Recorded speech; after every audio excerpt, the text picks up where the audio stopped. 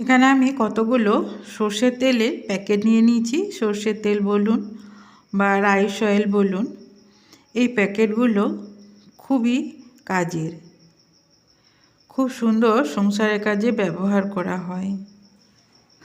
আপনারা তেলের প্যাকেট ফেলে দিচ্ছেন?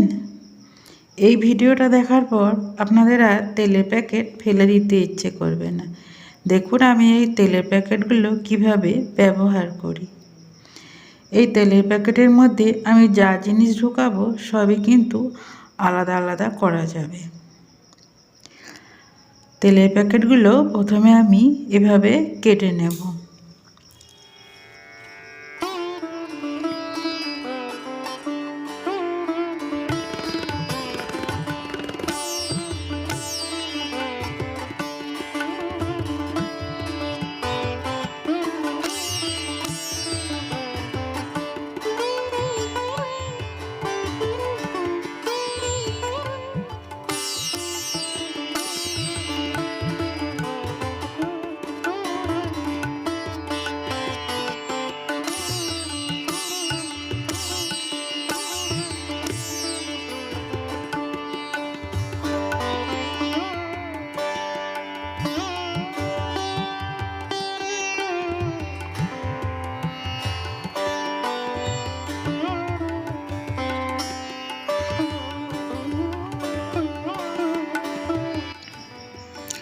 এখানে মাছগুলো নিয়ে নিয়েছি আমি।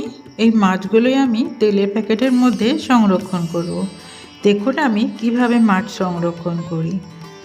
মাছগুলো প্রথমে আমি ধুয়ে নিয়েছি। এখানে 1 কিলো মাছ আছে। তারপর নুন, হলুদ আর লঙ্কা গুঁড়ো দিয়ে দিলাম, আর একটু লেবু রস দিয়ে দেবো। দিয়ে খুব ভালো করে আমি মাখিয়ে নেব মাছের মধ্যে।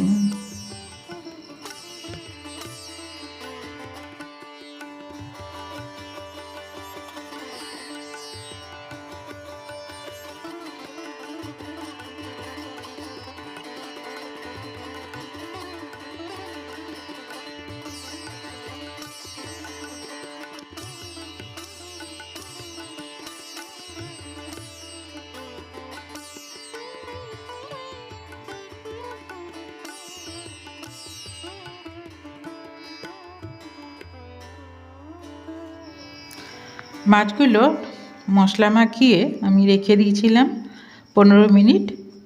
এরপর এই প্যাকেটগুলোর মধ্যে আমি একটা একটা করে মাছকে আমি ঢুকিয়ে নেব।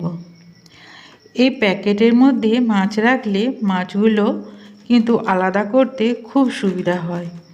আর যেহেতু এর মধ্যে সর্ষের তেল থাকে, তাই মাছের মধ্যে আর আলাদা করে সর্ষের তেল মাখাতে হয় না। মাছগুলো খুব সুন্দর থাকে। এভাবে প্যাকেটের মধ্যে মাছ রেখে আমরা যখন সকালের দিকে রান্না করব, খুব ইজিভাবে আমি মাছগুলো বের করে নিতে পারবো। আর একটা থেকে একটা চিটেও যাবে না, আর শক্তও হয়ে যাবে না। এটা বের করতে খুব সুবিধা হবে। আপনারা এভাবে করে দেখবেন। এই তেলের প্যাকেটের মধ্যে মাছ সংরক্ষণ করে মাছগুলো একদম টাটকা থাকবে, নতুন মানে টাটকা মাছ কেনার মতন। আর তার সাথে একটা থেকে একটা লেগে যাবে না। যেমন শুধু অন্য কোনো প্যাকেটের মধ্যে রাখলে যেমন একটার সাথে মাছ লেগে যায়, বরফ জমা হয়ে যায়, কোনো কিচ্ছু হবে না। সুন্দরভাবে মাছগুলোও থাকবে, আবার একটার সাথে একটা লেগেও যাবে না। আলাদা করতে খুব সুবিধা হবে। আমি মাছগুলো ভরে নিয়েছি, আর বাকি যে মাছগুলো আছে ওগুলো আজকে আমি ভাজবো।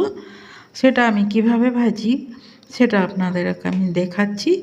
চলুন আগে এটা আমি ফ্রিজে রেখে আসি।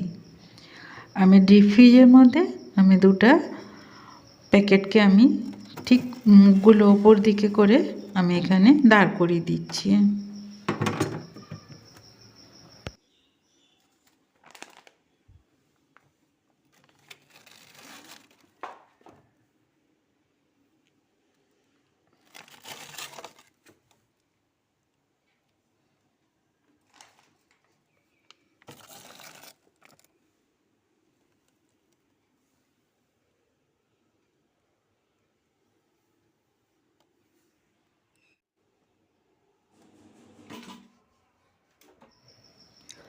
এরপর চলুন কিভাবে পেটি মাছগুলো ভাজতে হয় সেটা আপনাদেরকে আমি দেখাচ্ছি। তেল দিয়ে দিচ্ছি, তারপর তেলটাকে খুব ভালো করে গরম করে নেব। তারপর গ্যাসের আঁচকে কমিয়ে একটা করে মাছের পিস ভেতরের দিকটা কিন্তু তেলের মধ্যে থাকবে, আর যে দিকটা শক্ত সেই দিকটা ওপরে থাকবে। ঠিক এইভাবে আমরা যদি উল্টো দিকে ভাজতে যাই তাহলে মাছগুলো কিন্তু রোল হয়ে যাবে, তখন আর ভেতর দিকটা কিছুতেই ভাজা যাবে না। তাহলে এইভাবে যদি আমি ভাজি তাহলে দেখবেন দুটো পেটি সমান ভাজা হবে আর মুচমুচেও হবে। আমার এই টিপসগুলি আপনাদের কেমন লাগলো অবশ্যই কমেন্টে জানাবেন, আর আমার চ্যানেলটিকে সাবস্ক্রাইব করে দেবেন, আর অবশ্যই একটা লাইক দিয়ে আপনাদের সুন্দর মতামত দিয়ে যাবেন।